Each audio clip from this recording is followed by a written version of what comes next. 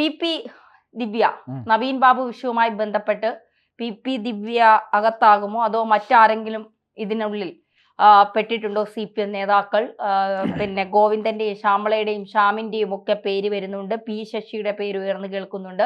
അപ്പോ മൊത്തത്തിൽ പോസ്റ്റ്മോർട്ടം നടന്നിട്ടില്ല എന്ന് വീട്ടുകാർ മഞ്ജുഷ അടക്കം ആരോപണം ഉയർത്തുന്നു. കോടതി ഇന്ന് അതിൽ ഒരു തീരുമാനമെടുക്കും. കോടതി ഇത് മൊത്തവും പരിശോധിച്ചതിന് ശേഷം ഹർജിക്കാരിയുടെ മുഴുവൻ ആരോപണങ്ങളും കൃത്യമായി പരിശോധിച്ചതിന് ശേഷം CBI എത്തും എന്നുള്ള ഒരു പ്രതീക്ഷ തന്നെയാണ് കേരള സമൂഹം മുഴുവൻ വെക്കുന്നത്. കുടുംബത്തോടൊപ്പം CBI എത്തിയാൽ പൊക്കാൻ പോകുന്നതും അല്ലെങ്കിൽ CBI എത്തിയാൽ ഭാവി തന്നെ തുലാസിലാകുന്നത് ആരുടെയൊക്കെ ആകാം. ധന്യ, CBI എത്തിയാൽ ആരുടെയൊക്കെ ഭാവി തുലാസിലാകും എന്നത് കൃത്യമായി അന്വേഷിക്കുകയാണെങ്കിൽ പല ഉന്നതന്മാരുടെയും ഭാവി തുലാസിലാകുമെന്ന് തന്നെയാണ് നമ്മൾ കരുതേണ്ടത്. കാരണം ഈ പറയുന്ന പെട്രോൾ പമ്പുമായി ബന്ധപ്പെട്ട് ഇതിന്റെ പിന്നിൽ ആരൊക്കെയാണ് ഇതിന്റെ പുറകിൽ കളിച്ചിട്ടുള്ളത്, ഈ പറയുന്ന പ്രശാന്തൻ ആരുടെ ബിനാമിയാണ്, പി ദിവ്യയും പ്രശാന്തനും തമ്മിലുള്ള ബന്ധം എന്താണ്, എന്തിനാണ് പി ദിവ്യ കലക്ടറേറ്റിലേക്ക് എത്തി ഇത്രയധികം രൂക്ഷമായിട്ടുള്ള ആരോപണങ്ങൾ ഉന്നയിച്ചത്, കലക്ടർക്ക് എന്താണ് ഈ കാര്യത്തിലുള്ള പങ്ക്, എന്തിനു വേണ്ടിയിട്ടാണ് ഇൻക്വസ്റ്റ് ബന്ധുക്കളുടെ അറിവില്ലാതെ അല്ലെങ്കിൽ ബന്ധുക്കൾ കാണാതെ നടത്തിയത്, പരിയാരം മെഡിക്കൽ കോളേജിൽ പോസ്റ്റ്മോർട്ടം നടത്തരുത് എന്നാവശ്യപ്പെട്ടിട്ടും അവിടെ കൊണ്ടുപോയി പോസ്റ്റ്മോർട്ടം നടത്തിയിരിക്കുന്നു. ആന്തരിക അവയവങ്ങൾ ഒന്നും തന്നെ എന്ത് ചെയ്തിട്ടില്ല, രാസപരിശോധനയ്ക്ക് അല്ലെങ്കിൽ മറ്റു പരിശോധനകൾക്ക് വേണ്ടിയിട്ട് മാറ്റിയിട്ടില്ല.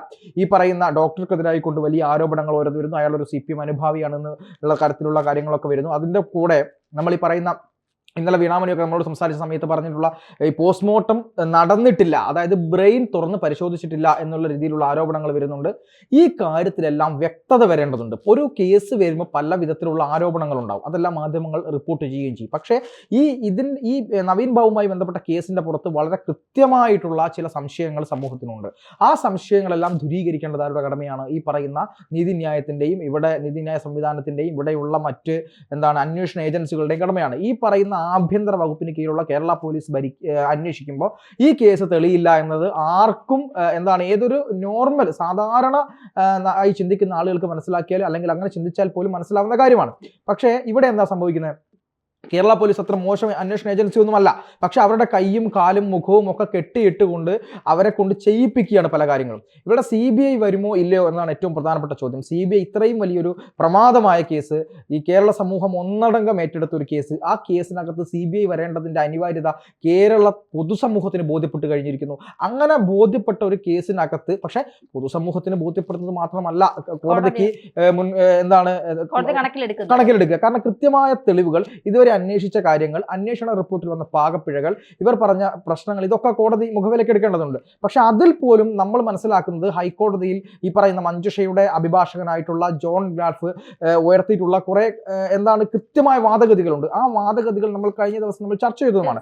ആ വാദഗതികളൊക്കെ ഉന്നയിച്ചു നോക്കുമ്പോൾ കോടതിക്ക് നോർമലി, അതായത് സാധാരണ ആളുകൾക്ക് തന്നെ ഈ കേസ് കുറെ ദുരൂഹതകൾ ഉണ്ട് എന്ന് മനസ്സിലാകുന്നിടത്ത് കോടതി അത് പരിഗണിക്കുമെന്ന് തന്നെയാണ് നമ്മൾ മനസ്സിലാക്കേണ്ടത്. അങ്ങനെ കോടതി പറയുന്നുണ്ട്. അപ്പൊ കോടതി പറഞ്ഞതുമായി ബന്ധപ്പെട്ട് അല്ലെങ്കിൽ ഇതിന്റെ അനിവാര്യത എന്താണ് എന്നുള്ള നിലയ്ക്ക് ബോധ്യപ്പെടുത്തണമെന്ന് വരെ കോടതി കൃത്യമായിട്ട് പറഞ്ഞിട്ടുണ്ട്.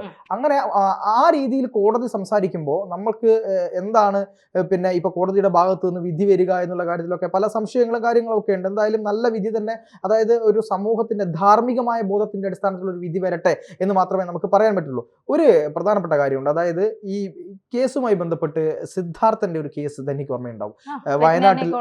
വയനാട്ടിൽ വെറ്റിനറി കോളേജുമായി ബന്ധപ്പെട്ട് അവിടെ മരണപ്പെട്ട ആ വിദ്യാർത്ഥിയുടെ കാര്യം തൂങ്ങി മരിച്ചു എന്നാണ് പറയുന്നത്, അല്ല എന്നുള്ള ആരോപണങ്ങൾ സെയിം കേസ് പോലെ തന്നെയാണ് എനിക്ക് തോന്നുന്നത് ഈ കേസ്. ആ കേസിനകത്ത് CBI വന്നു. പക്ഷെ ആ കേസിനകത്ത് CBI വന്നിട്ടും ഇപ്പോഴും ആ കേസിനകത്ത് വേണ്ടപ്പെട്ട ആരെയും CBI വേണ്ട വിധത്തിൽ ചോദ്യം ചെയ്യുകയോ അറസ്റ്റ് ചെയ്യുകയോ പ്രധാനപ്പെട്ട നേതാക്കന്മാരിലേക്ക് കേസുകൾ എത്തിക്കുകയോ ഒന്നും ചെയ്തിട്ടില്ല. കാരണം ഈ പറയുന്ന CPMന്റെ പ്രധാനപ്പെട്ട ഒരു നേതാവ് തന്നെയാണ് ഇവർക്ക് വേണ്ട ചില സഹായങ്ങൾ ചെയ്തു കൊടുത്തത് എന്ന് മാധ്യമങ്ങളിലൂടെ തന്നെ വന്നു, വിളിച്ച കാര്യങ്ങൾ പുറത്തു വന്നു. എന്നിട്ടും CBI എന്ത് ചെയ്തു എന്ന് നമുക്കറിയില്ല. പക്ഷെ വേറൊരു കാര്യം കൂടെയുണ്ട്. നമ്മളങ്ങനെ ഒരു ഭാഗത്ത് അത് പറയുമ്പോഴും CBI കൃത്യമായി കേസ് അന്വേഷിച്ച് പോയിക്കൊണ്ടിരിക്കുകയാണോ, ഈ പറയുന്ന ആളുകളൊക്കെ ഒരു ചോദ്യം ചെയ്തിട്ടുണ്ടോ എന്നുള്ള കാര്യങ്ങളൊക്കെ മറുഭാഗത്തുമുണ്ട്. ഒരു അഡ്ജസ്റ്റ്മെന്റ് പൊളിറ്റിക്സ് ഇല്ലാത്ത ഒരു രീതിയിലാണ് CBI ഈ കേസ് അന്വേഷിക്കുന്നതെങ്കിൽ കൃത്യമായ രീതിയിൽ ആളുകൾ അകത്തു പോകുന്നത് തന്നെയാണ് നമുക്ക് പറയാനുള്ളത്. പക്ഷേ ഒരു അഡ്ജസ്റ്റ്മെന്റ് പൊളിറ്റിക്സ് അല്ലാത്തൊരു പൊളിറ്റിക്സ് ഇവിടെ നടക്കുന്നുണ്ടോ? അതൊരു സംശയം തന്നെയാണ്. CBI വന്നാലും നവീൻ ബാബുവിന് നീതി കിട്ടുമോ എന്നുള്ളത് സംശയം തന്നെയാണ്. പിന്നെ CBIയിലെ സമർത്ഥരായ ഉദ്യോഗസ്ഥർ അത് അന്വേഷിച്ച് കണ്ടെത്തട്ടെ എന്ന് നമുക്ക് പ്രതീക്ഷിക്കാം. പക്ഷെ പറഞ്ഞതിൽ ഏറ്റവും പ്രധാനപ്പെട്ട ഒരു കാര്യം, വീണാമണി ഇന്നലെ ഉന്നയിച്ച ഒരു കാര്യം പാർത്ഥൻ ശ്രദ്ധിച്ചോ എന്ന് എനിക്കറിയില്ല. പോസ്റ്റ്മോർട്ടം നടക്കാതെ ഒരു ബോഡി വെറുതെ ഷേവ് ചെയ്ത് വെച്ചിട്ട് വെറുതെ കുടുംബത്തിന് പോസ്റ്റ്മോർട്ടം ചെയ്തു എന്ന് പറഞ്ഞു കൊടുക്കുന്നു. പരിയാരം മെഡിക്കൽ കോളേജിൽ ഇതിനു മുൻപ് നടന്ന അസ്വാഭാവിക മരണങ്ങളിലെല്ലാം തൂങ്ങി മരണമാണെന്നും നാച്ചുറൽ ഡെത്ത് ആണെന്ന് പറഞ്ഞ് പോസ്റ്റ്മോർട്ടം റിപ്പോർട്ടുകൾ നൽകുന്നു. അപ്പോൾ ഇതിന്റെ പിന്നിൽ നടക്കുന്ന വലിയൊരു ഗൂഢ സംഘങ്ങൾ, ഇതെന്താണ് ഈ കേരളത്തിൽ നടക്കുന്നത്? CPMന്റെ ഒരു അധോലോകമായി പരിയാരം മെഡിക്കൽ കോളേജ് പ്രവർത്തിക്കുന്നു എന്ന് പല ആരോപണങ്ങൾ ഇതിനു മുൻപും വന്നിട്ടുണ്ട്. ഇപ്പൊ വീണാമണിയുടെ ഭർത്താവിന്റെ മരണം ഉൾപ്പെടെ പിന്നെ എന്താ പറയുക, പോസ്റ്റ്മോർട്ടത്തിന് ശ്രമിച്ചോ എന്ന് ചോദിച്ചപ്പോൾ അവർ പറയുന്നത് അതിനുള്ള സാഹചര്യം തനിക്ക് കിട്ടിയില്ല, അതിനു മുൻപേ അവിടെ ദഹിപ്പിക്കൽ ചടങ്ങുകൾക്കുള്ള കാര്യങ്ങളൊക്കെ ഏർപ്പാട് ചെയ്ത് കഴിഞ്ഞു. കാരണം ഈ ദഹിപ്പിക്കുന്നത് വരെ CPM ഒരു എന്താ പറയുക, വേറെ ആരെയും ആ കോട്ടയ്ക്കുള്ളിലേക്ക് കയറ്റാതെ ഒരു പിന്നെ വലിയ ഒരു നിഗൂഢമായ ഒരു കോട്ട അങ്ങ് തീർക്കും. അത് കഴിഞ്ഞിട്ട് ഇവരെ ദഹിപ്പിക്കുന്നത് വരെ, മരണപ്പെട്ടത് ആരാണോ അവരെ ദഹിപ്പിക്കുന്നത് വരെ ഇവർ കുടുംബത്തിനെ സംരക്ഷിക്കും, ഞങ്ങൾ നിങ്ങളോടൊപ്പമാണെന്ന് പറഞ്ഞു നിൽക്കും. ദഹിപ്പിച്ചു കഴിഞ്ഞാൽ പിന്നെ തെളിവുകളൊക്കെ പൂർണ്ണമായി നശിപ്പിക്കപ്പെട്ടല്ലോ, അപ്പൊ പിന്നെ ഒന്നും പുറത്തു വരാനില്ല എന്നുള്ളതാണ്. അപ്പോൾ ഈ വീണാമണിയുടെ ആരോപണങ്ങൾ കൃത്യമാണ് എങ്കിൽ, ഇപ്പൊ തെളിവുകളൊന്നും നമ്മുടെ മുന്നിൽ ഹാജരാക്കാത്തതുകൊണ്ട് നമുക്കത് പൂർണ്ണമായും സത്യമാണെന്ന് പറയാനും കഴിയില്ല, എന്നാൽ പൂർണ്ണമായും അസത്യമാണ് എന്നും പറയാനും കഴിയില്ല.